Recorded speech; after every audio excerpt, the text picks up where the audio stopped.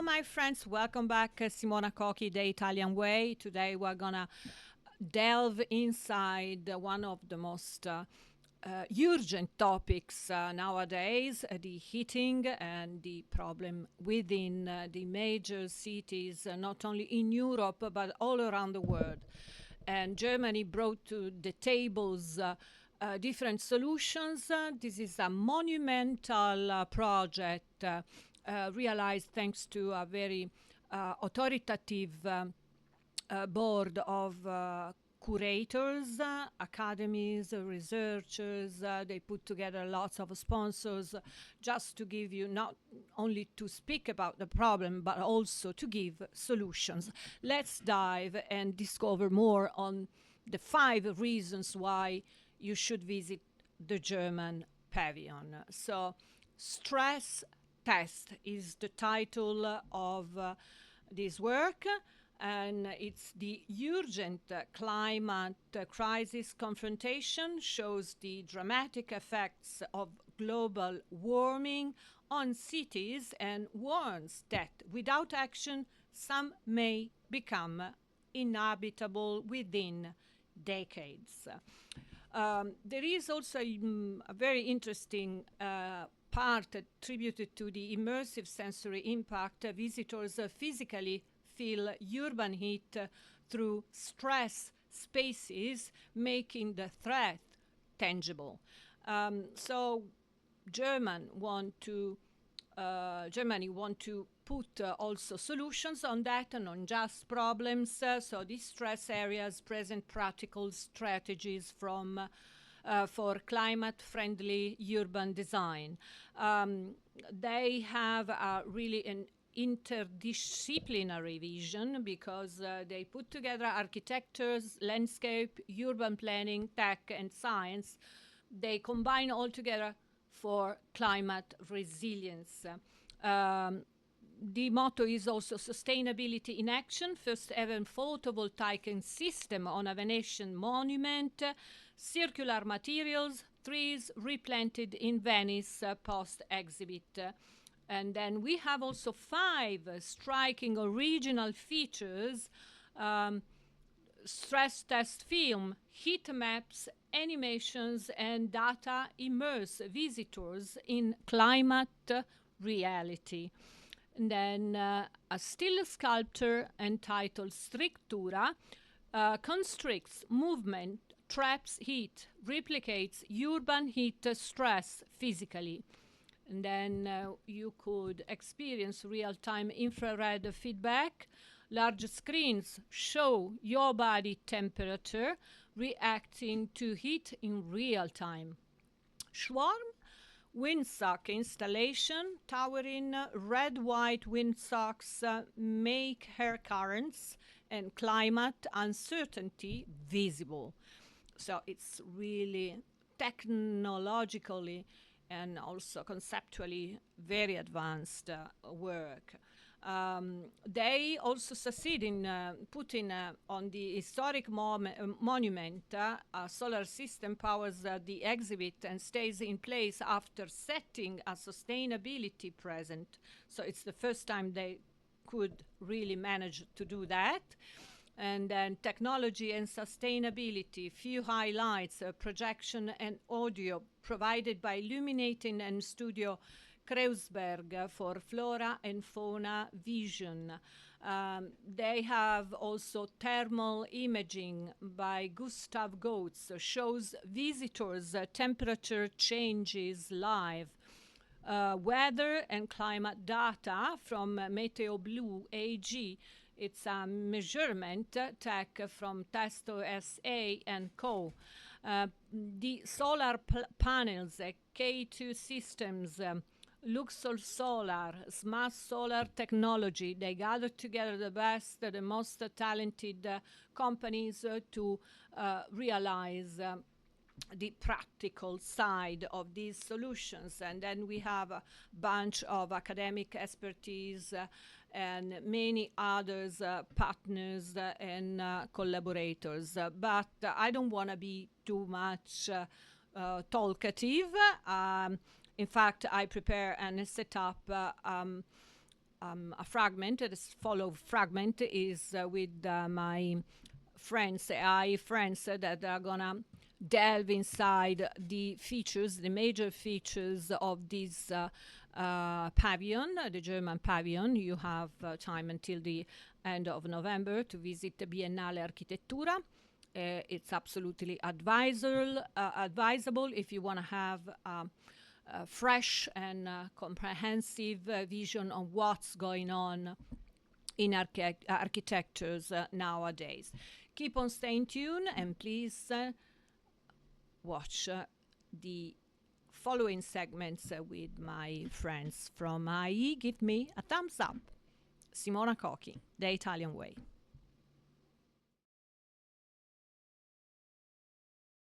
Have you ever walked through a city on a sweltering summer day and just felt that heat radiating off absolutely every surface? Oh, yeah. Not just the air, but, the concrete, the asphalt, all the glass and steel buildings just baking. It's that really uncomfortable, stifling feeling where the city itself seems to be actively, stressing you out. Makes it feel degrees hotter than the thermometer says. Right, that visceral experience you're describing, that physical and psychological impact of urban heat. That's precisely what the German pavilion at the 19th International Architecture Exhibition, La Biennale di Venezia, is digging into. Ah, the Biennale. It's running May 10th to November 23rd, 2025. And their contribution is called STRESSTEST. STRESSTEST. Wow, what an incredibly fitting title for something that feels so urgent right now. It really is. So our mission today for this deep dive is to unpack how this exhibit takes this huge abstract concept, climate change, and makes it tangible, urgent, really personal. It's about showing us the dramatic, often kind of hidden impacts of global warming on city life. But crucially, it also presents some holistic, pretty innovative solutions. That's key. The solutions. Yeah. So think of this as your shortcut to really getting what's at stake for our cities, and maybe more importantly, what we can actually do to make them more resilient, more livable. And it's vital, I think, to start by acknowledging a really stark reality. While climate change is global, you feel its impacts most acutely, most intensely, right there at the local city level. Right. The exhibit's whole premise is that cities, which we always thought of as places of protection, progress, and counter, are now, paradoxically, becoming these burning focal points of the climate crisis. Burning focal points. That's a powerful image. It suggests we're talking about much more than just a hotter summer day, doesn't it? Oh, absolutely. What specifically about the urban environment makes it such a focal point for this crisis? It's really about the design of our cities themselves. Just picture these vast areas of sealed, shadeless surfaces, all that concrete, asphalt, dark roofing material. And everywhere. These materials, they absorb and retain a huge amount of solar radiation. And that creates what we call urban heat islands. So unlike natural landscapes, which can cool down, through plants, open ground, evaporation, these dense city structures just store heat all day, and then they slowly release it at night. They just refuse to cool down properly. Right. Even when the sun goes down, it still feels hot. Exactly. Yeah. That phenomenon traps warmth, and it makes the city intensely hotter than surrounding, say, rural areas. So it's not just discomfort we're talking about. It's like a fundamental design issue that's having serious, direct consequences for people's health. Precisely. And the exhibit doesn't shy away from showing these direct health risks. We're talking increased risks of dehydration, severe cardiovascular stress, heat stroke, and, unfortunately, a rising number of heat-related deaths, especially among vulnerable people, the elderly, those with existing health conditions. It's a direct, escalating threat to well-being, to survival, frankly, in cities worldwide. And the predictions the STRESSTEST exhibit puts forward are, they're pretty dire. They are. It doesn't pull any punches, does it? It warns that without effective, large-scale countermeasures, some European cities could literally become uninhabitable, maybe in just a few decades. It's a stark warning. We're talking temperatures rising to levels that people, animals, plants, even our critical infrastructure just won't be able to tolerate. This isn't just comfort, it hits social cohesion, productivity, the whole fabric of urban life. It absolutely does. It demands resilient, responsible, holistic urban development. Urgently. So what's really fascinating then is how the exhibit itself tries to embody this stress test idea. You said it's not just describing the problem. Right. It's designed to make you feel that future reality of the urban climate, not just intellectually, but physically, psychologically. That immersive approach is really a core part of its power. Okay, physical and psychological experience. That sounds intense. How do they engineer that initial stress test feeling when you walk in? Well, when you first enter the German pavilion, you're immediately hit with this initial stress test in the main space. It's an all-around projection, a really dense film collage using things like heat maps, vivid animations, powerful photos, data overlays. Immersive. Very. This film was developed with the producer Corinna von Ordenberg and brought to life by the design studio Floor and Fauna Visions. They're known for these big interactive installations. Oh, okay. And it's designed to just unsparingly confront you with the material causes and consequences of cities overheating. But importantly, it's not all doom and gloom. It also subtly weaves in some overdue positive examples, glimmers of hope for urban transformation. That sounds incredibly powerful, almost overwhelming maybe, which I guess is the point. Mm-hmm. And then from that initial film, the exhibit splits into these two contrasting areas, stress and de-stress. Tell us about the stress areas. What does it actually feel like in there? So in the stress spaces, the idea is you physically experience urban heat. There's this crude steel sculpture by the artist duo Rosthofer-Neumayer. It's called Strictura. Strictura. Yeah, they're known for these evocative, often physically challenging pieces. This sculpture literally constricts the room, it channels your movement, it makes the air stagnate, and crucially, it stores heat. So it makes it hard to regulate your temperature. Exactly. It creates an atmosphere where your body genuinely struggles. And the insight isn't just cities get hot, it's that our design choices directly amplify or maybe mitigate that suffering. That's critical for planners, for everyone. So you're literally feeling what it's like to be trapped in an overheated city block, maybe. That's incredibly powerful. It is. I understand they make it even more personal, too. Like large screens with an infrared camera showing your own body temperature changing in real time. That's right. You see yourself reacting to the heat. Plus, there are diagrams, maps, even a temperature model showing the complex links between climate, buildings, urban life. Wow. It's designed to make the consequences of just carrying on as usual feel very tangible, very clear. Okay, I see. But then you move into the de-stress spaces. This is where the solutions come in. Exactly. This area is designed as an oasis. It's cool, it's quiet, soothing. It invites you to learn about strategies for making our cities future ready, but with a cool head, That contrast between stress and de-stress sounds like a really effective narrative tool. What's the core message from experiencing both?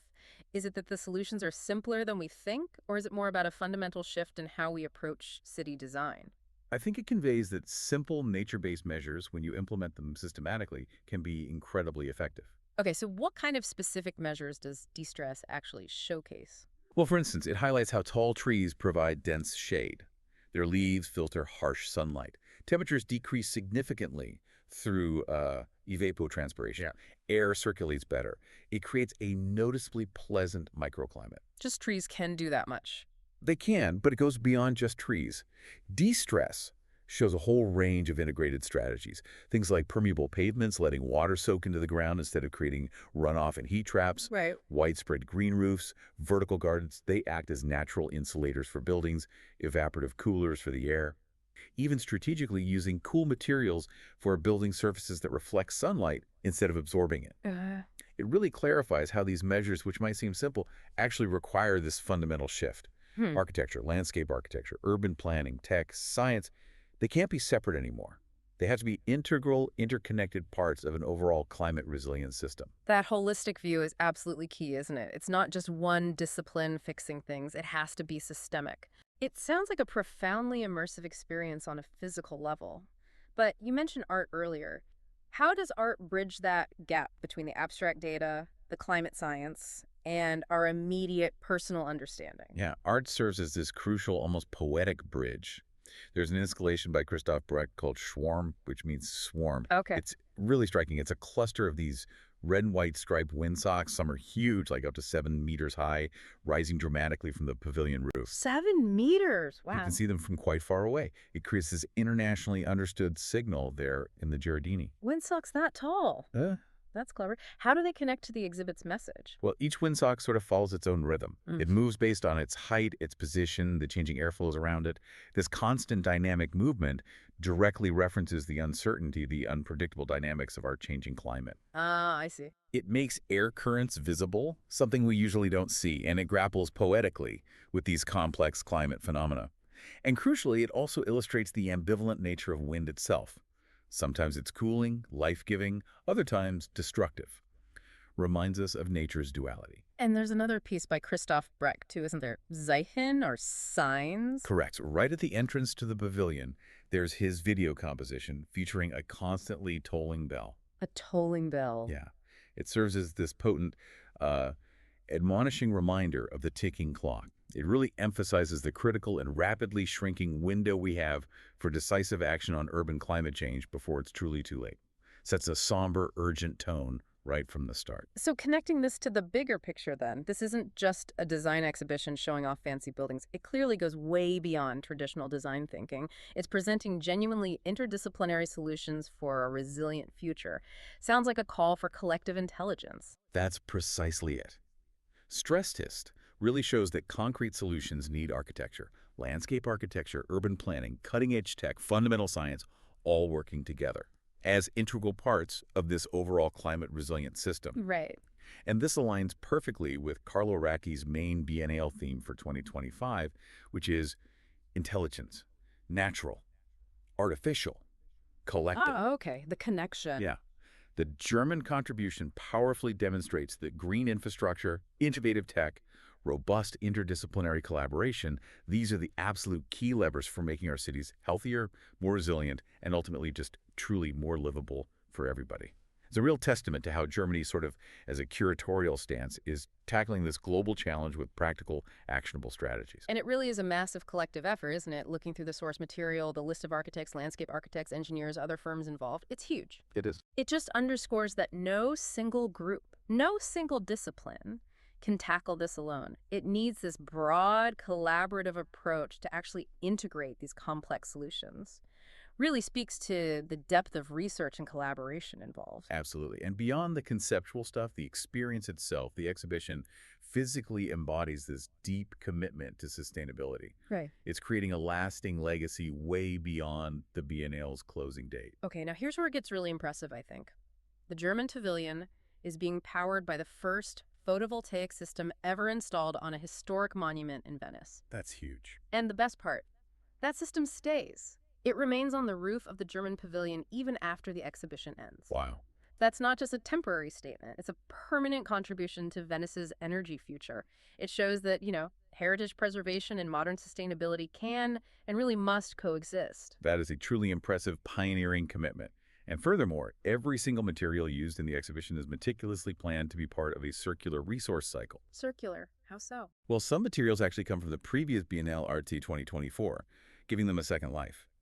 Others are carefully borrowed just for the duration, minimizing new production. And everything is destined for future reuse or recycling.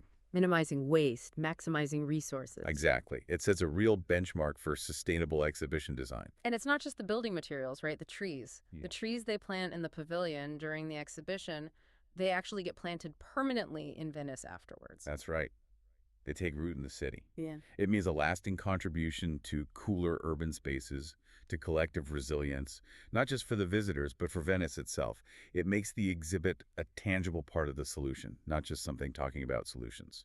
It really does. That commitment to a living legacy is remarkable. Right. And for those who want to dig even deeper beyond the actual visit. Right. There's the STRESSTEST catalog, published by Dissens Verlag. It really extends the experience significantly. It includes insightful essays from experts in various fields: health, sociology, urban planning, landscape architecture, economics. So a lot more depth and background. Exactly. It offers profound context that complements the physical exhibit. And actually, on that note, we owe a special thanks to the digital journalist Simona Cochi.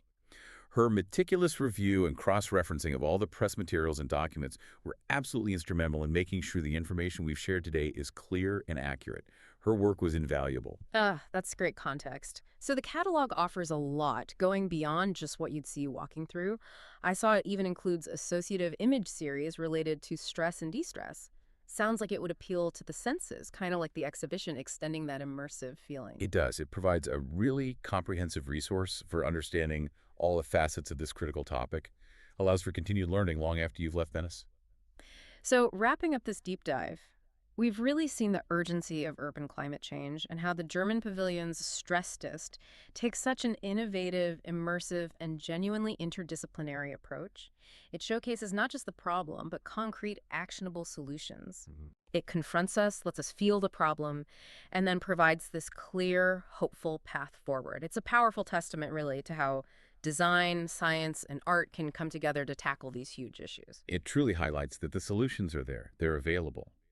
But they require this concerted interdisciplinary effort and a fundamental shift in how we even think about our cities. Right. It's about designing cities that are resilient, regenerative, truly integrated with nature, not just, functional or nice to look at. So a final thought for you listening. As you think about the urban environments you navigate every day, your hometown, where you work, places you visit, what small stress tests do you notice? Maybe it's that shadeless plaza radiating heat, or a street that just won't cool down after sunset. Maybe a concrete jungle with no green relief. And thinking about what we've discussed today, how might you contribute, even in a small way maybe, to turning those stress tests into de-stress solutions right there in your own sphere? Perhaps advocating for more green spaces, supporting local initiatives for permeable surfaces, or maybe something as simple as planting a tree in your own neighborhood. Something to think about.